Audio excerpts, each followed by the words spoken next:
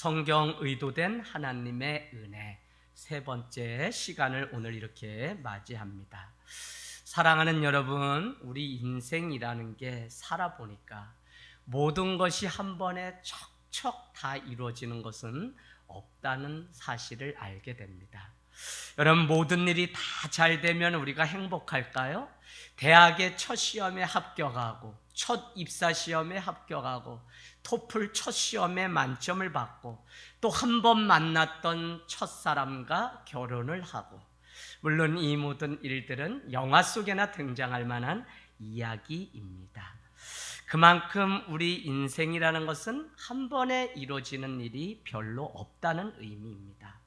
오히려 이렇게 저렇게 흔들리면서 실패와 좌절을 맛보면서 무엇이 더 중요한 것인지 다시 수정해 가면서 버릴 것 버리고 다시 집중해야 될 것 집중하면서 살아온 삶이 지금의 내 인생이라는 것입니다. 그래서 저만 해도 젊은 청년 시절에 무엇을 하든지 척척 한 번에 이루려고 했던 그 많은 꿈들을 이제는 50을 바라보면서 오히려 그것이 열매될 수 있는 것에 관심을 갖고 있지, 뭐 일을 더 벌리거나 막 무리해서 한 번에 성공하려고 하는 욕심들은 점점 내려놓게 돼요. 그러면 그 안에 뭐가 찾아오냐?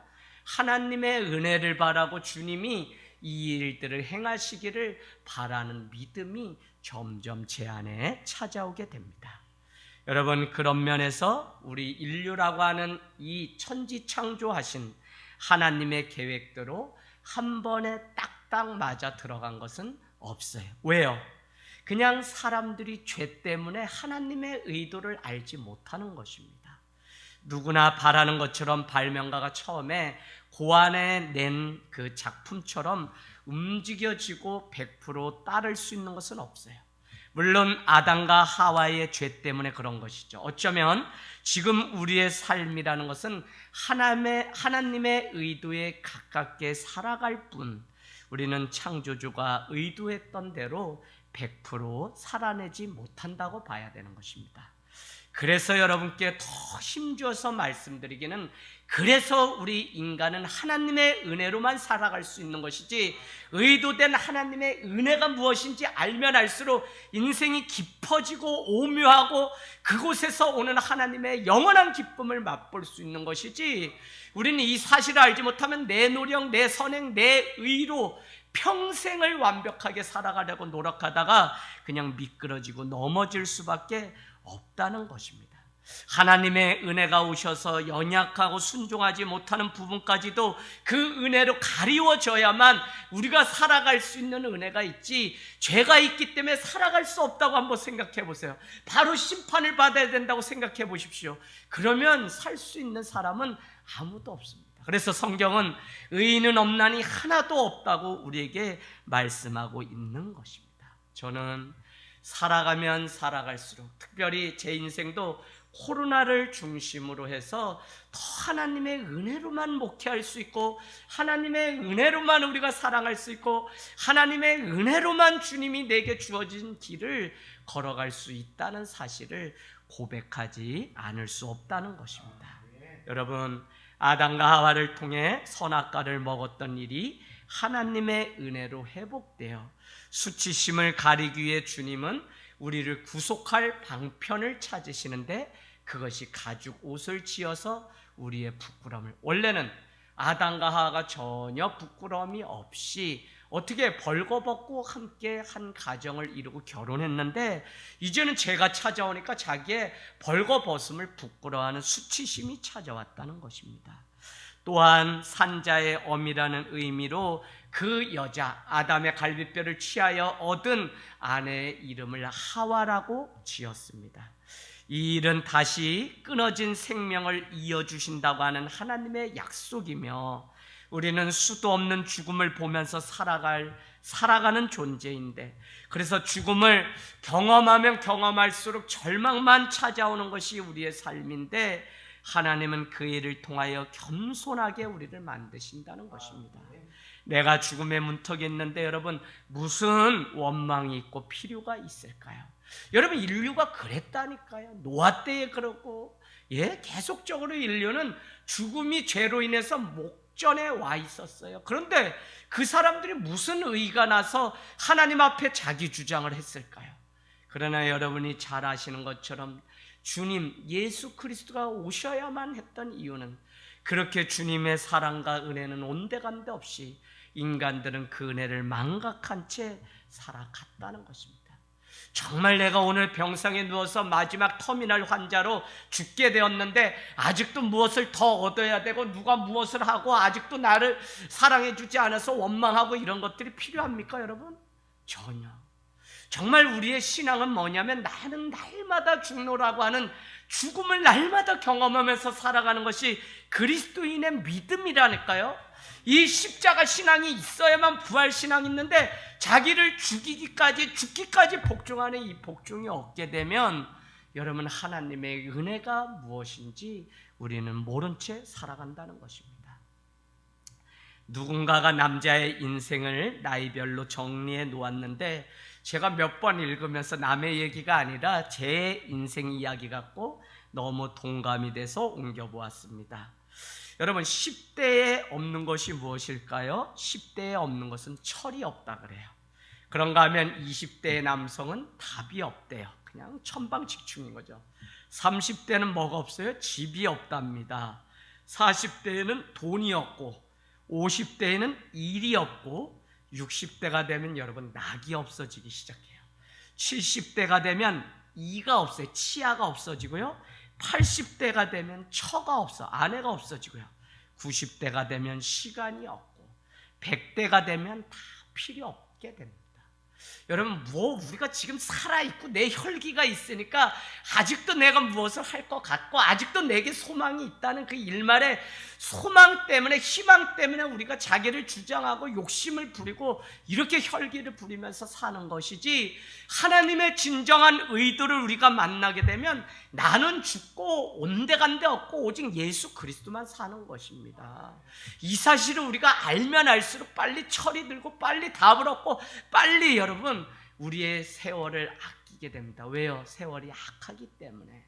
그래서 여러분 우리가 인생 살아가면서 점점 더 가지려고 하는 것이 아니라 점점 할 수 없는 것을 인정하고 할 수 있는 것에 최선을 다하고 우리는 다만 오늘이라는 이 시간 동안 감사하면서 사는 법을 배우는데 죽음을 앞둔 사람에게 무슨 필요가 더 있겠습니까? 우리 인류가 바로 그랬다는 것입니다. 아담과 하와를 통해 죄가 찾아와서 다 죽게 되었는데 무슨 소망이 있을까요?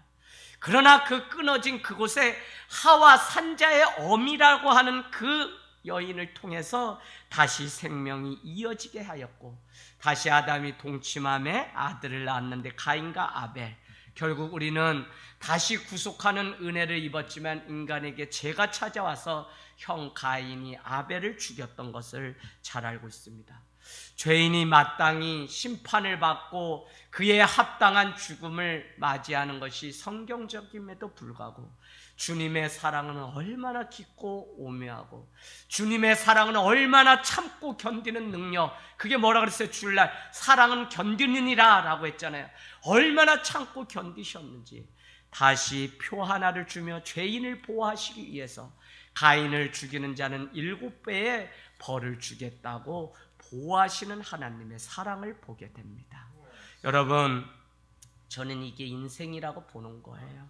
완벽하고 정신 차리고 살아가야 하는 인간인데 인간의 연약함이 이런 것이죠. 하나님의 은혜를 보았지만 다시 죄를 찾아서 가는 인간의 어리석음. 은혜가 강하지만 여러분 죄도 강합니다.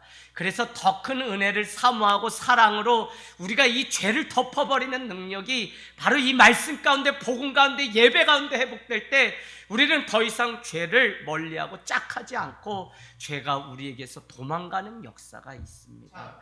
여러분 만약에 그것이 죄라고 하면 그 유혹으로부터 지혜를 분별하여서 우리는 죄로부터 멀리 내가 돌아서 피해가는 믿음이 우리에게 필요합니다. 그러나 죄의 능력에 사로잡혀서 죄인지도 모르고 이 인류가 살아가기 때문에 주님은 예수 그리스도를 보내주시는 은혜가 필요했다는 것입니다. 성경은요, 인간의 완벽함을 말하려고 하는 것이 아닙니다. 우리의 무능함을 말하는 동시에 하나님 없이는 살 수 없는 존재가 인간이라는 사실을 가르쳐 줍니다. 여러분, 그러니 우리가 무슨 말을 할 수 있을까요? 정말 하나님은 하나님의 은혜를 아는 겸손한 자를 들어서 오늘도 사용하시기를 원하시는 줄로 믿습니다. 이렇게 더럽혀진 인류의 죄악을 하나님은 포기하지 않는 끈질긴 사랑으로 찾아오신 것이죠. 아담이 다시 동침함에 셋을 낳고 가인이 아닌 아벨의 씨, 의로운 아벨을 대신해서 다시 셋을 낳게 되고, 셋은 에노스를 낳게 되고, 에노스는 비로소 여호와의 이름을 부르게 하는 첫 시작이 된다고요. 감히 죄로 인해서 하나님의 이름, 창조주의 이름, 구원자의 이름을 부를 수 없던 우리에게 이 에노스가 태어나면서 비로소 여호와의 이름을 다시 부르게 되었다는 것입니다. 여러분, 우리가 이름을 부른다는 것은 무슨 의미죠? 살아가면서 아내의 이름을 부르고 자녀의 이름을 부르고 다 어때요? 관계 회복을 의미합니다. 저는 관계 회복은 하나님과 인간 안에서 너무 중요한 문제인 것 같아요. 만일 우리가 살면서 관계가 어렵다면 그 안에 죄가 숨어 있다고 보시면 됩니다. 성령이 분명히 하나 되게 하신 것을 힘써 지키지 않는 자들을 보면 하나님의 은혜를 따라 사는 것이 아니라 사단의 조정 가운데 사는 자들입니다. 그렇게 되면 계속 숨으려고 합니다. 자신의 죄를 가리기 위해서 핑계를 찾습니다. 다른 사람의 잘못으로 뒤집어 씌웁니다. 자신의 서운함만 말합니다. 자신의 중심성만 내세워서 내가 다른 사람에게 하지 못한 것은 보지 못하고 자기가 받지 않은 사랑에 대해서만 원망하고 탓하는 것을 보게 됩니다. 결국 이런 사람은 자기 죄에 대해서 정확하게 회개하지 않고 얼렁뚱땅 넘어가고요, 하나님은 다 아시는데 심판이 두렵지 않은 사람처럼 그냥 그렇게 그냥 자기의 죄를 가리우면서 살아가는 시대가 저와 여러분이 살아가는 오늘날 죄가 만연한 시대. 그래서 더 이상 죄가 죄인지도 모르고 더 이상 내가 죄 가운데 오염돼서 내가 죄된 삶을 살아가고 있는지도 모른 채 그렇게 살아가고 있는 안타까운 시대를 우리가 살고 있는 것입니다. 사랑하는 여러분, 인간의 어리석음은 바로 이런 것입니다. 사랑을 해주고 섬김을 받아도 늘 감사가 없고 자신의 부족함을 인정하지 않으려고 하는 것. 수도 없는 하나님의 은혜를 망각하고 사는 존재가 인간입니다. 그래서 찾아온 것이 죽음이라는 것입니다. 여러분, 야고보서 1장 14절 15절, 신약 야고보서 1장 14절 15절, 히브리서 뒤에 있습니다.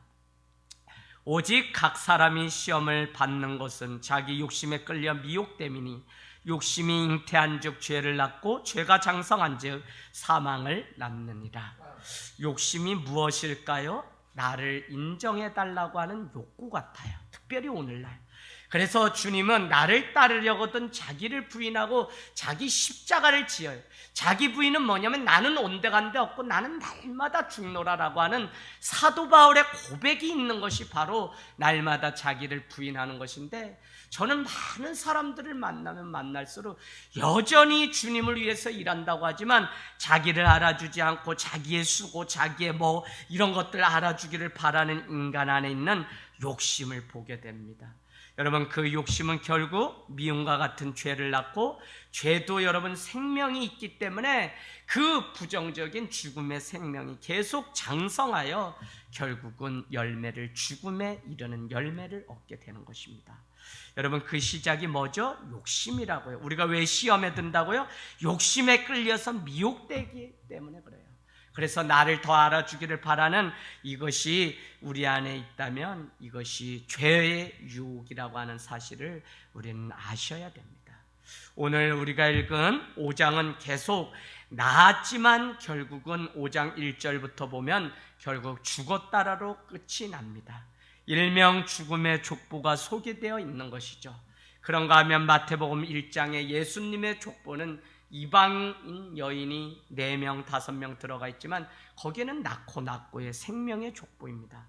오늘 이 죽음의 족보 가운데서 의도된 하나님의 은혜는 무엇이냐면 오늘 우리가 멈춰선 에녹이라고 하는 한 사람이 등장하면서부터 인생 역전, 인류의 창조 역사가 다시 소망 가운데로 나아가는 것을 보게 됩니다. 18절에서 20절 한번 볼까요? 야렛은 162세에 에녹을 낳았고 에녹을 낳은 후 800년을 지내며 자녀들을 낳았으며 그는 962세를 살고 죽었다라는 것입니다. 여러분, 죽었다는 것인데 에녹에 이르러서 뭐요? 낳았다고 하는 표현이 나와 있습니다.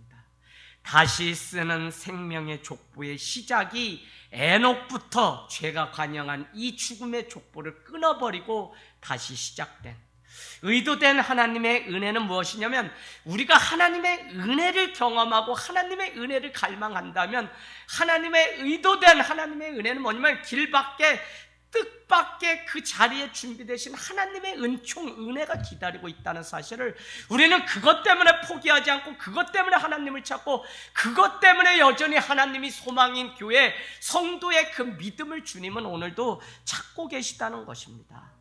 그러나 여러분, 우리는 에녹이 65세에 무두셀라를 낳고 300년을 동행하다 죽음을 경험하지 않고 하나님의 편에 섰다고 하는 365세로 한 인생을 마쳤던 에녹의 인생을 알고 있습니다.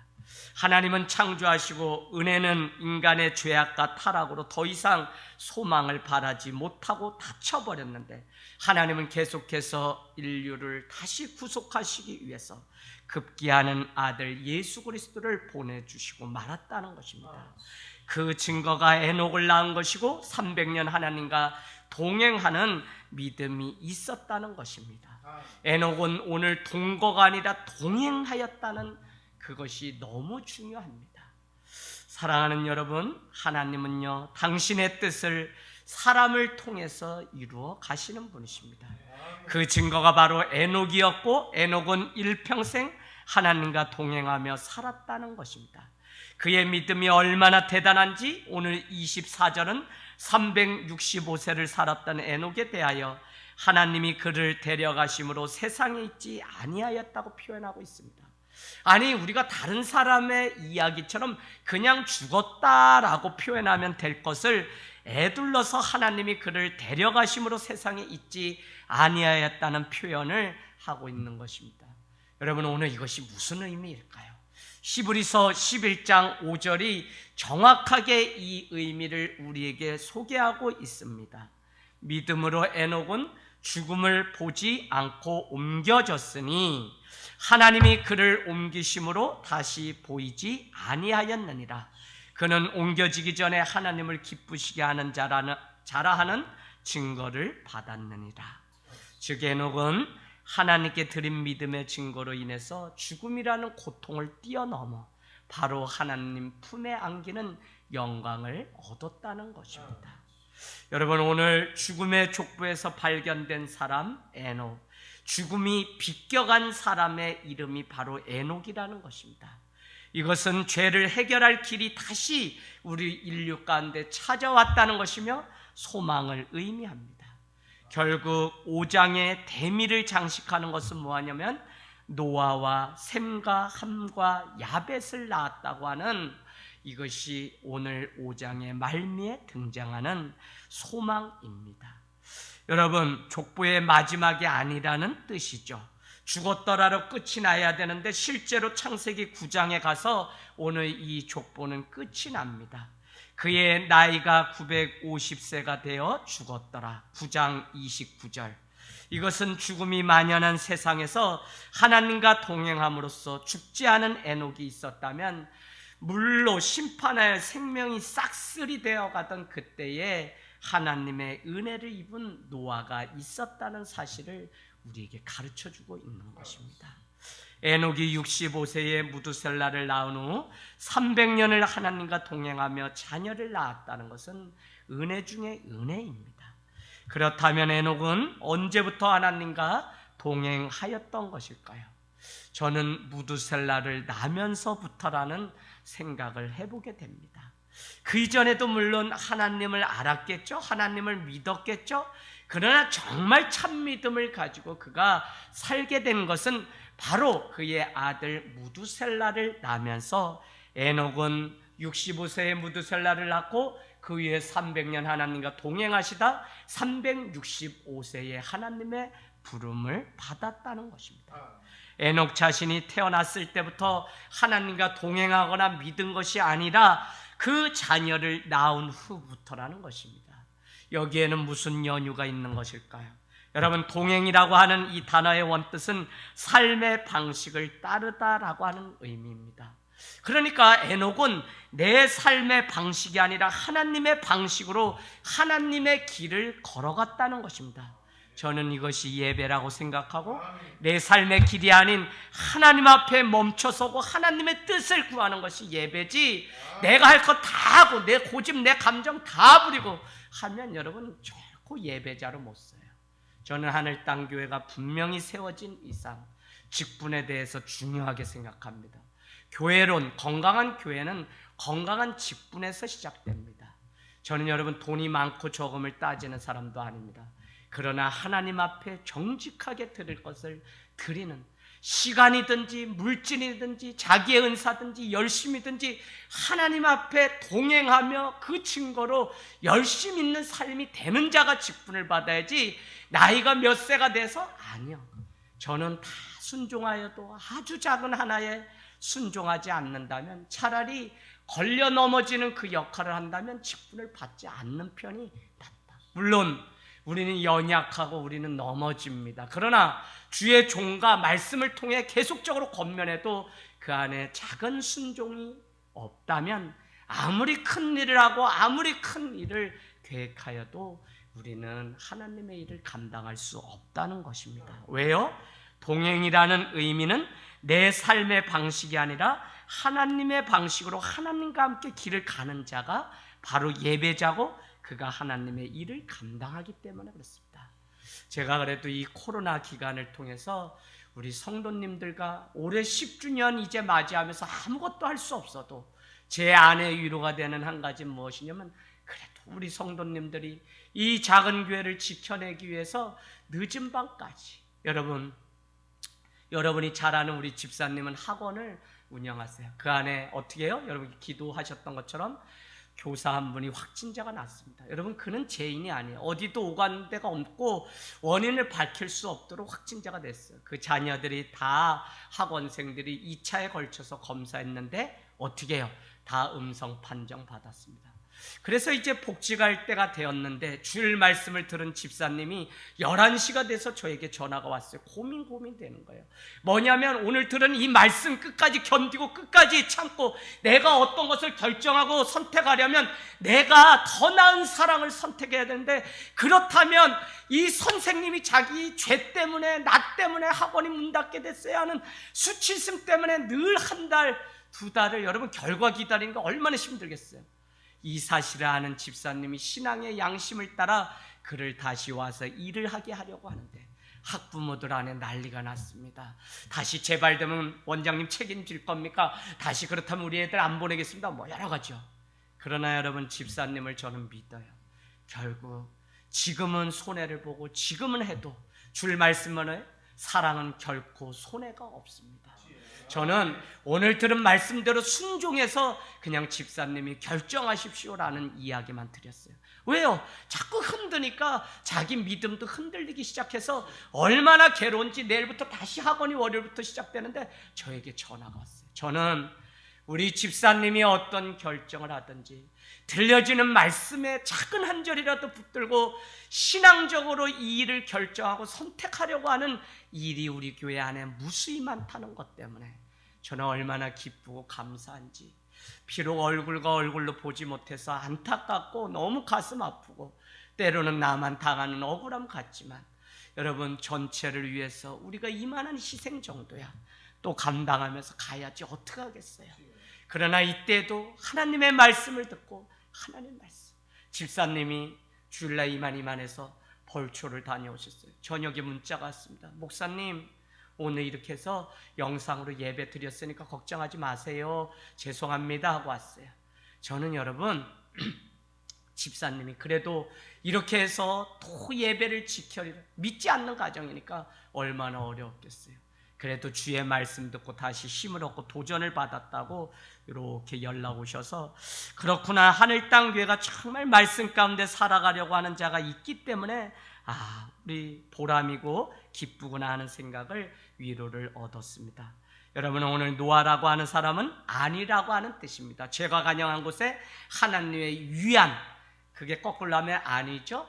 평강을 주려고 노아라고 하는 이름을 지었듯 저는 서로를 사랑하고 격려함을 통해 위로를 얻는 공동체가 되기를 주님의 이름으로 축복합니다. 오늘 에녹은 무두셀라를 낳은 후 아차, 인생 이렇게 살면 안 되겠구나, 하나님과 동행하지 않으면 살 수 없는 게 우리 인생이구나 라는 사실을 비로소 깨달았다고요.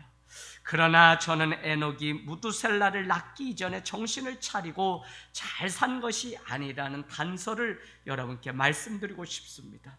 자녀를 낳으면서 비로소 하나님과 300년 동행했던 사람이 누구냐면 바로 에녹이라는 자입니다. 여러분, 오늘 무두셀라 거기에 이름의 뜻을 한번 적어놔 보실까요? 병기, 칼의 사람이라는 뜻이에요. 병기, 무기 있죠? 병기, 칼의 사람. 얼마나 이름이 가진 뜻이 살벌한지 몰라요. 칼을 들었다는 것은 바로 심판을 의미합니다. 그의 이름의 의미는 무두셀라, 그가 죽으면 심판이 임한다라고 하는 뜻이 그 이름에 감춰져 있습니다. 하나님이 에녹에게 무두셀라를 주시면서 이 아이가 죽으면 심판이 임할 거야 라고 말씀해 주셨다는 것입니다. 그러니 여러분, 에녹은 얼마나 무두셀라에게 집중하며 무서움과 경외함과 두려움을 안고 살아야 했을까요?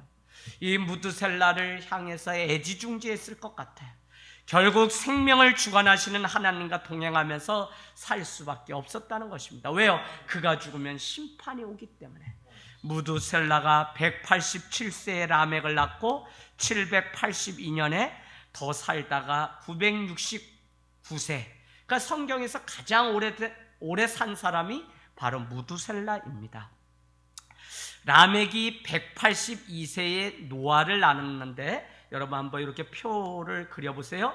노아가 태어났을 때 무두셀라 나이는 뭐냐면, 이거 따져보면 아주 은혜가 됩니다. 369세였다고 성경 표현합니다.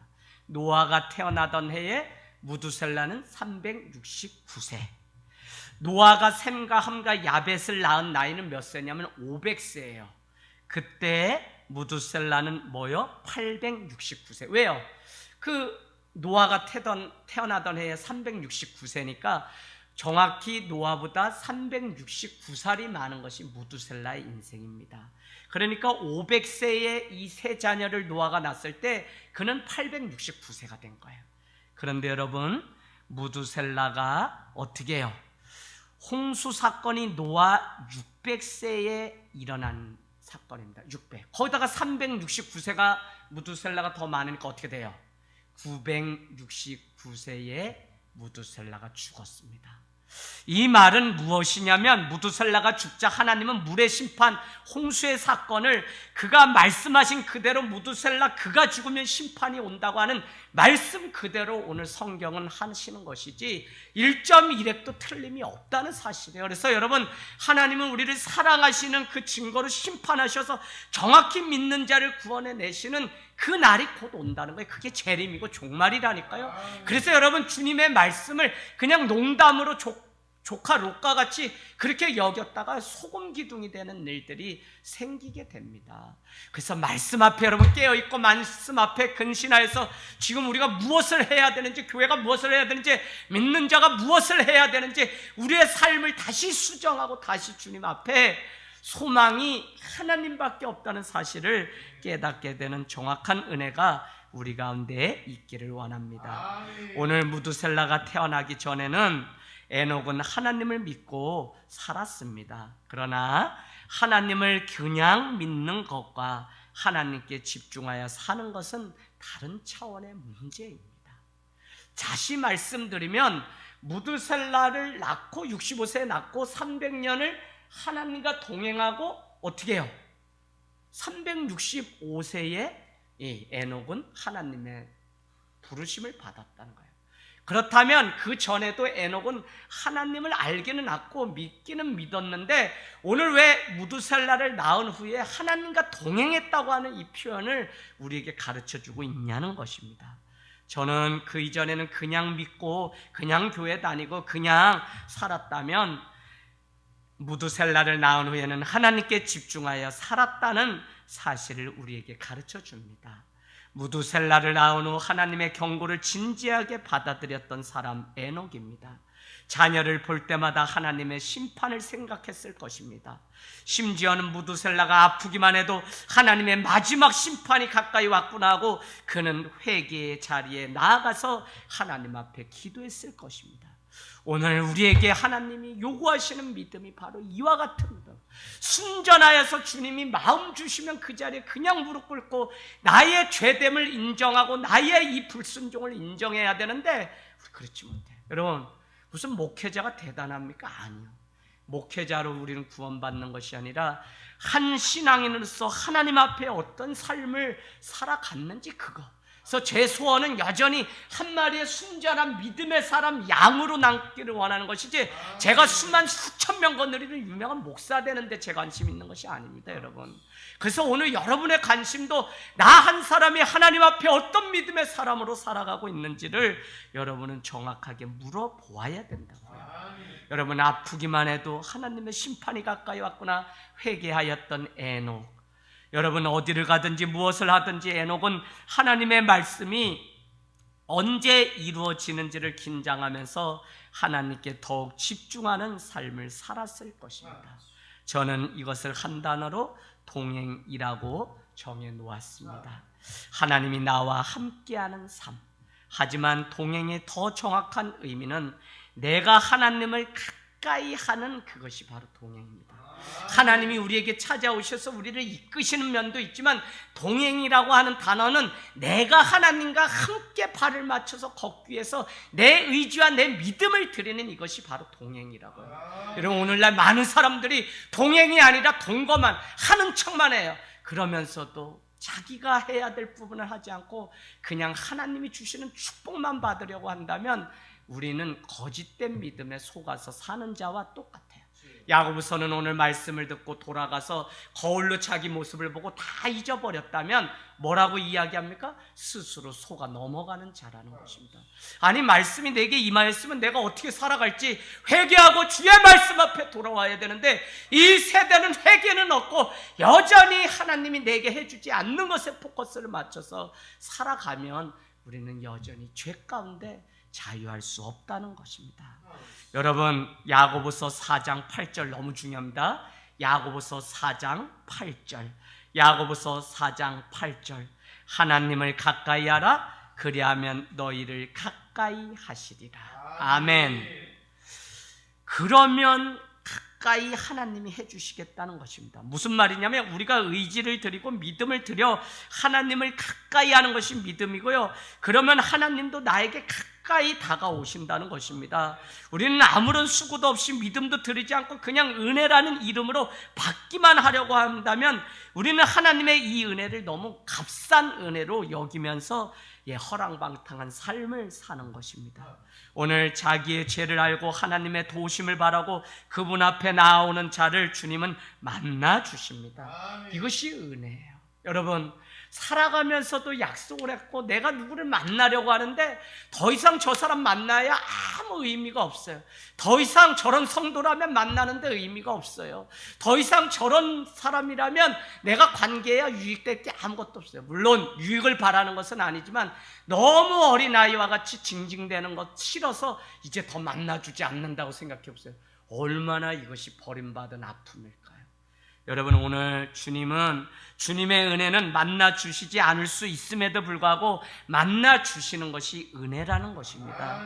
지금 어느 때보다도 진심으로 주님을 전심으로 찾고 찾으면 주님이 만나 주시는 에레미야 33장 3절의 역사가 우리 안에 있는 줄로 믿습니다. 그래서 여러분, 시대 탓하고 원망하지 마십시오. 코로나 원망하지 마세요. 진짜 믿음인지만 여러분이 하나님 앞에 드리기를 소망합니다. 여러분, 축원합니다. 여러분의 믿음이 정말 하나님만이 소망이고 내 믿음이 주님과 일평생 동행할 믿음인지 정확하면 하나님은 거기서 교회가 하나님의 일들을 감당하고 성도들이 모여서 주의 일들이 끊어지지 않아요.